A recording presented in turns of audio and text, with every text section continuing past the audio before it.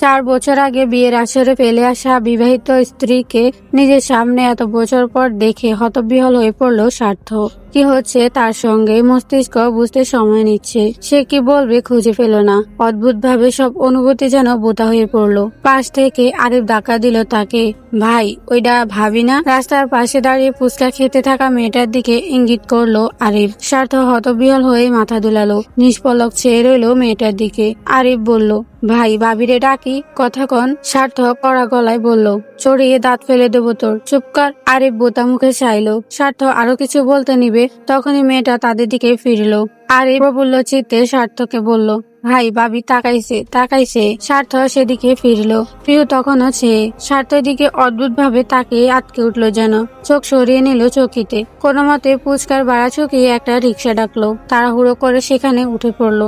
স্বার্থর কপাল কুঁচকে এলো মুহূর্তে। স্বার্থ পাশ থেকে লোকমানকে জিজ্ঞেস করলো, ও কি এই কলেজে পড়ে? লোকমান মাথা দুলালো। জি ভাই। স্বার্থ বলল, ওর সব ডিটেলস আমার চাই, খোঁজ নাও। লোকমান অবিলম্বে মাথা দুলালো। ওকে ভাই, গুড। বিড়বিড়িয়ে বলে স্বার্থ হাতে সানগ্লাস চোখে তুললো। সরে এসে গাড়ির পাশে দাঁড়াতে গার্ড ডোর খুলে দিল। স্বার্থ ব্যাক সিটে উঠতে ড্রাইভার গাড়ি স্টার্ট করলো। বাড়ি ফিরে পিহু সর্বপ্রথম নিজের ঘরে ছুটলো। তার ছোটাছুটি দেখে মালতী বেগম চমকে গেলেন। মেয়েকে পিছু রাখলেন। পিহু, পিহু। পিহু থামেনি। ঘরে এসে দরজা লাগিয়েছে প্রথমে। পিহু দরজায় পিঠ ঠেকিয়ে দপদপ করতে থাকা বুকটার উপর হাত রাখলো। তার নিঃশ্বাস আটকে আসছে। বাইরে থেকে মালতী বেগমের চিন্তিত কণ্ঠস্বর শুনতে পেল। পিহু, মা, দরজা খোল। কি হয়েছে তোর? শরীর খারাপ লাগছে? পিহু নিজেকে সামনে নিয়ে গলা জোরে এনে বলল, না আম্মু, গরম লাগছে খুব, আমি একটু ফ্রেশ হয়ে আসছি। সে দ্রুত ওয়াশরুমে গিয়ে চোখে মুখে ঠান্ডা পানি জাপটা দিল। বেসিন ধরে দাঁড়িয়ে রইল। মুখ বেয়ে বেয়ে পড়ছে পানি। পিহু হাতের চাপ বাড়ালো। শক্ত করে চেপে ধরলো বেসিন। ওটা স্বার্থ ছিল। স্বার্থ? এত বছর পরে সে হুট করে তার সামনে কি করে এলো? ফেলে গিয়েছিল, আবার কেন এলো? পিহু দুহাতে মুখ চেপে ধরলো। রাগে গা কাঁপছে। আম্মু, আম্মু। নুরি বেগম ছেলের ডাক শুনে হন্তদন্ত করে বেরিয়ে এলেন রান্নাঘর ছেড়ে। হতবাক হয়ে গেলেন এত বছর পর ছেলেকে দেখে। স্বার্থ মাকে দেখে দীর্ঘ হাসলো। এসে জড়িয়ে ধরলো মাকে। নুরি বেগম আবেগে আপ্লুত হয়ে পড়লেন।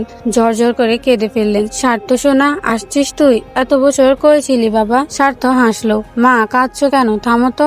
আহা। নুরি বেগম নাক টানলেন। চোখ মুছতে মুছতে স্বার্থর পিছনে দাঁড়ানো আরিফ আর লোকমানকে দেখলেন। ডাকলেন, আরিফ। আরিফ এগিয়ে এলো। নুরি বেগম জিজ্ঞেস করলেন, তুই জানতিস স্বার্থ কোথায় ছিল? আরিফ কি বলবে খুঁজে পেল না। স্বার্থর দিকে তাকালে স্বার্থ মাকে বলল, মা, আমি বলবো সব। বাবা কোথায়? ঘরে আছে। আচ্ছা, আমি দেখা করে আসি। হ্যাঁ হ্যাঁ, যা, দেখা করে আয়। স্বার্থ চলে গেল উপরে। নুরি বেগম আরিফের কান টেনে ধরলেন। কিরে, তুই ভালো হবি না? আমাকে বললিও না স্বার্থ আসছে, মায়ের খাবি। আরিফ ব্যথা পাচ্ছে। সে মুখ উস্কে ফেললো ব্যথায়। আরে আরে, ব্যথা পাচ্ছি কাকি, ছাড়ো ছাড়ো। স্বার্থ বাবার ঘরের সামনে এসে থামলো। বড় করে শ্বাস টেনে দরজায় টোকা বসালো। আহমদ সাহেব খবরের কাগজ উল্টাতে উল্টাতে বললেন, আসো। স্বার্থ ঘরে ঢুকলো। নিঃসংকোচে এসে তার সামনে চেয়ার টেনে বসলো। আহমেদ সাহেব সামনে তাকিয়ে চমকে গেলেন। রাগে ফুঁসে উঠলেন। দাঁড়িয়ে গেলেন বসা ছেড়ে। চেঁচিয়ে বললেন, তুমি এখানে কি করছো? নুরি, নুরি। নুরি বেগম ছুটে এসে ঘরে ঢুকলেন। স্বার্থ বাবার উত্তেজিত হাব ভাবে হেসে ফেললো। কপালে আঙ্গুল ঘষে হাসলো। চোখ তুলে বলল, আরে, আপনি এত উত্তেজিত কেন হচ্ছেন? কেন? শান্ত হন। আহমেদ সাহেব চেতে গেলেন। এই ছেলে, চুপ একদম, ছড়িয়ে তোমার দাঁত ফালিয়ে দেব, জানোয়ার ছেলে একটা। এরপর নুরির দিকে চেয়ে গর্জে উঠলেন, এই বেয়াদবটাকে বাড়িতে ঢুকতে দিয়েছো কোন সাহসে? তোমাকে আমি বারণ করিনি এই বেয়াদবটার সাথে কোনো কথাবার্তা রাখতে, কোনো সম্পর্ক রাখতে? কথা কানে ঢুকে নাই? স্বার্থ শান্ত গলায় বলল, গলা নামান, ভদ্রভাবে কথা বলুন। নুরি বেগম স্বার্থর হাত চেপে ধরলো। থাম থাম, চুপ কর। স্বার্থ রেগে গেল। এই লোক যাচ্ছে তাই বলবে তোমায়? কেমন কথা এগুলো? ওয়াইফ হও তুমি তার, একটুও সম্মান নেই। আহমেদ সাহেব বললেন, তুমি কতটা ওয়াইফকে সম্মান করো? তাকে বিয়ের আসরে ফেলে চলে গেলে, অস্বীকার করলে বিয়ে, তারপরেও এত বড় কথা বলতে লজ্জা করে না? স্বার্থ তপ্ত চোখে তাকালো তার দিকে। রাতের বেলা অপরিচিত নাম্বার থেকে কল পেয়ে পিহু চমকালো। কপাল কুঁচকে বসে রইল বিছানার কোণে। ফোন বাজতে বাজতে কেটে গেল। আবার কল এলে সে হাতরে ফোন নিল। রিসিভ করে বলল, হ্যালো। পিহুর গলা পেয়ে স্বার্থ ওপাশে হাসে। তপ্ত শ্বাস ফেলে। সাড়া না পেয়ে পিহু কপাল কুঁচকায়। হ্যালো, কে? এ যাত্রায়ও স্বার্থ কথা বলল না। পিহুর বিরক্তি মাত্রা ছাড়ালো। রেগে মেগে বলল, আরে ভাই, কথা না বললে ফোন কেন করেছেন? অদ্ভুত লোক। পিহু কল কাটতে নিতে ওপাশ থেকে পুরুষ কণ্ঠ ফেল, sweetheart, how are you? Pihu হতভম্ব। Sweetheart? কে কার সুইট হার্ট? কেমন কথা এগুলো? পিহু তড়িঘড়ি করে কল কাটলো। ফোন দূরে ছুঁড়ে মুখে হাত দিয়ে বসে রইল। মস্তিষ্ক তখন থিতিয়ে ঝিম মেরে গেল মেয়েটা। পিহু পিহু চমকে উঠলো। তরিতে সামনে চাইতে বাবার আদল বাসলো। রহমান সাহেব ঘরের দরজায় দাঁড়িয়ে। পিহু বাবাকে দেখে ঠিক হয়ে বসলো, নিজেকে শান্ত করার আপ্রাণ চেষ্টা চালিয়ে। বাবার ডাকের প্রত্যুত্তর করলো, জি বাবা। আসবো? পিহু তড়িঘড়ি করে বলল, হ্যাঁ হ্যাঁ এসো না। রহমান সাহেব ঘরে ঢুকলেন। পিহু গলায় ওড়না জড়িয়ে বিছানায় ছিটিয়ে রাখা বইপত্র সরাতে ব্যস্ত হলো। টেবিলে বই রাখতে থাকলে রহমান সাহেব মেয়েকে পিছু রাখেন। পিহু পিহু পিছু ফিরলো। জি বাবা। ভদ্রলোক মেয়েকে হাতের ইশারায় ডাকলেন, এদিকে এসো মা। পিহু এদিক ওদিক তাকায়, হাতের বই টেবিলে রেখে পিলপিল করে এগিয়ে এলো বাবার সামনে। রহমান সাহেব পিহুর হাতের কবজি ধরলেন, টেনে পাশে বসালেন। মাথায় হাত বুলিয়ে জিজ্ঞেস করলেন, কেমন আছো মা? পিহু অবাক হলো। বাবারা সাধারণত এমন হুট করে প্রশ্ন করে না, সন্তান কেমন আছে। তা যদি মেয়ে হয় আরো নয়, কারণ মেয়ে পূর্ণাঙ্গ বয়সে পৌঁছালে বাবারা একসময় তাদের সঙ্গে কথা বলতে লজ্জা পান। এমন হুট করে এভাবে জিজ্ঞেস করা মানে কিছু তো হয়েছেই। পিহু বলল, ভালো বাবা। রহমান হাসলেন, কিছু বলতে নিবেন? অমনি বিকট আওয়াজ তুলে পিহুর ফোন বেজে উঠলো। রহমান কপাল কুঁচকে ফোনের স্ক্রিনে তাকান। পিহুও তাকায়। আগের নাম্বার দেখে তড়িঘড়ি করে ফোন টেনে নিল। কল কেটে স্ক্রিন অফ করলো। রহমান পিহুর দিকে তাকালেন। কথায় দাঁড়িয়ে পড়েনি, তার আগে আবার বেজে উঠলো ফোন। পিহু তড়িঘড়ি করে কেটে দিল কল। ফোন সুইচ অফ করে পাশে সরিয়ে রাখলে রহমান আবারও জিজ্ঞেস করেন, কে ফোন করেছে? পিহু কি বলবে খুঁজে পেল না। হাতের আঙ্গুলে ওড়না পেঁচাতে পেঁচাতে পিহু বলল, ওই বাবা বান্ধবী ছিল, বান্ধবী। রহমান বললেন, তো কেটে দিলে কেন? এমনিতেই তোমার সাথে কথা বলছি, এখন রিসিভ কেন করব? পরে কথা বলবো। রহমান বললেন, শিওর? হ্যাঁ পাক্কা। রহমান সাহেব তপ্ত শ্বাস ফেললেন। মেয়েকে জিজ্ঞেস করেন, কেউ তোমায় বিরক্ত করে না তো রাস্তাঘাটে বা কলেজে? পিহু মাথা নাড়ায়, না বাবা। করলে আমায় জানাবে, এসব কিছু তোমার সাথে হোক আমি চাই না। পিহু বাবার কাছ ঘেঁষে বসে নিশ্চিন্ত করে বলে, জানাবো আমি, এত ভেবো না, সব ঠিক আছে।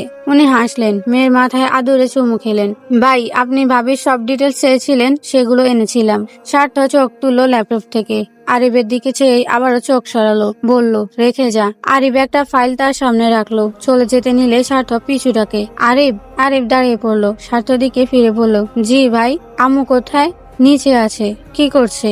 রান্না। সার্থর কপাল কুঁচকে এলো। আম্মু রান্না করে? মেড আছে না? ওরা কি করছে? আরিফ মাথা নুয়ে নিল, মিনমিনিয়ে বলল, আঙ্কেল মেয়েদের রান্না খান না। যখন আন্টি কোনো কারণে রান্না করতে পারে না, উনি তুল কালাম কাণ্ড বাঁধান। আন্টিকে যাচ্ছে তাই বলেন, এজন্যই আর কি। আরিফ আর বলতে পারলো না। সার্থর মুখ কুঁচকে এসেছে। সে তপ্ত শ্বাস ফেলে বলল, যা। আরিফ মাথা দুলালো। চলে গেলে সার্থ চেয়ার ছাড়লো। টেবিলের উপর থেকে ফাইলে হাত দিল। পৃষ্ঠা তুলতে পিহুর ছবি ভাসলো। নিচে তার নারী নক্ষত্র সব লেখা। সার্থ একে একে দেখলো তা। পিহুর ছবিতে হাত বুলাতে মাথায় কিছু এলো। পকেট থেকে ফোন বের করে নাম্বার ডায়াল করলো। রিসিভ হতে কানে ঠেকালো। হ্যালো। ছাদে কাপড় চোপড় নেড়ে নিচে নামার পথে কারোর সাথে ধাক্কা খেলো শিফা। হন্তদন্ত করে সরে দাঁড়ালো। সরি। আরিফ তাকালো তার দিকে। শিফাকে দেখে চোখ রাঙালো। চোখে দেখো না? শিফা বিরস মুখে তাকায়। সরি ভাইয়া। আরিফ মুখ বাঁকালো। সরি ভাইয়া। তার বিকৃত বাসে শিফা ছুটে গেল। আশ্চর্য, আপনি যেচে পড়ে ঝগড়া করছেন কেন? আমি মহিলা মানুষ না যে যেচে পড়ে ঝগড়া করব। আপনি তাই করছেন। আরিফ আবারও ব্যঙ্গালো। আপনি তাই করছেন। শিফা খেপলো। আরিফ ভাই, আমি কিন্তু সার্থ ভাইয়াকে বিচার দিব। দিবে? দাও, যাও। আমি বরং বলবো তুমি আমাকে দেখে ইচ্ছে করে ধাক্কা দিয়েছো। শিফার আগে পুষে উঠে বলল, আপনি হাড়ে বজ্জাত লোক, অসহ্য। সে পাশ কাটিয়ে দৌড়ে নিচে নামলেই আরিফ হেসে ফেললো। ভাই, এভাবে বখাটের মতো ভাবির বাড়ির সামনে দাঁড়িয়ে থাকলে লোকে কি বলবে? আরমানের কথা বিরক্ত হলো সার্থ। থামবি? মুখ বন্ধ কর। ভাই, ভাবি আপনারে বখাটে কইব। সার্থ চটে গেল। আমি বখাটে? আমাকে দেখতে কোন দিক থেকে বখাটে? থাপড়ে দাঁত ফেলে দেবো বেয়াদব। আরমান বোতা মুখে সরে দাঁড়ালো। বিড়বিড় করে বলল, শালা, ভালোর জন্য কই, গায়ে নিস না। বখাটে মতো করলে কি সাধুদেব বলে পূজা করবে তোরে? লোকমান এবার ইতিউতি করলো। সার্থর পাশ গেছে দাঁড়ালো। সার্থ কড়া গলায় বলল, লোকমান, আজে বাজে কিছু বলে এখন মেজাজ চটাস না। চর খাবি না হলে। লোকমানের মুখ চুপসে গেল। না ভাই, আজে বাজে না, একটা প্রশ্ন ছিল। সার্থ কিছু বলল না। লোকমান বর্ষা পেল। মিনমিন করে বলল, ভাই, আপনি ভাবিকে পছন্দ করেন? সার্থর মুখ কুঁচকে এলো বিরক্তিতে। নিজের বউকে পছন্দ করবো না তো কি আমি পাশের বাড়ির মতিনের বউকে পছন্দ করব? সেমন লোকমান। সার্থর এমন সপ্রতিভ উত্তরে লোকমান আর আরমান একে অপরের মুখের দিকে তাকালো। লোকমান আমতা আমতা করে বলল, না ভাই, মানে যেভাবে খাড়াই আছেন রোদের মধ্যে তাই জি গেলাম। স্বার্থ এবার চশমাটা চোখের উপর ঠিক করে বসালো। পিহুদের বাড়ির দোতলার জানালা দিকে তীক্ষ্ণ নজর রেখে বলল, শোনো লোকমান, এটা হচ্ছে সাধনা। রত্ন পেতে হলে কষ্ট করতে হয়, বুঝলি? আরমান পিস পিস করে বলল, রত্ন পাইতে গিয়া আপনার গায়ের চামড়া তো টামাটো হইয়া যাইতেছে ভাই। ভাবি দেখলে আবার রিজেক্ট না কইরা দেয়। স্বার্থ এবার সত্যি রেগে গেল। আরমানের কলা চেপে ধরলে লোকমান চাপা গলা চেঁচিয়ে উঠল, ভাই ভাই ভাবি। স্বার্থ তার কলা ছেড়ে চক্রিতে চাইলো সামনে। কাঙ্ক্ষিত মুখ দেখে গাড়ির উপর থেকে নেমে দাঁড়ালো। বাড়ির লোহার গেট খুলে পিহু বের হচ্ছে। পরনে একটা গোলাপি কামিজ, সাদা পায়জামার সাথে মিলিয়ে ওড়নার রংটাও সাদা। ওড়না মাথায় ঘুমটা করে দেওয়া। বাতাসের ঝাপটায় ওড়না পড়ে গেলে পিহু দুহাতে আবারও তা টেনে তুললো। স্বার্থ নিষ্পলক চেয়ে রইল। অনুভব করলো তার হৃদস্পন্দনের গতি বৃদ্ধি পাচ্ছে। লোকমান আর আরমান চোখাচোখি করলো। ভাইয়ের কি হলো? এমন রোবট বনে গিয়েছে কেন? লোকমান এক হাতে স্বার্থকে ধাক্কা দিল। স্বার্থর হুঁশ নেই। আচমকা কি হলো কে জানে। মেয়েটার অমন মিষ্টি স্নিগ্ধ রূপ দেখে স্বার্থ আর চোখ সরাতে পারলো না। তার মনের এথায় সেথায় যেন গুনগুন করে কেউ গেল।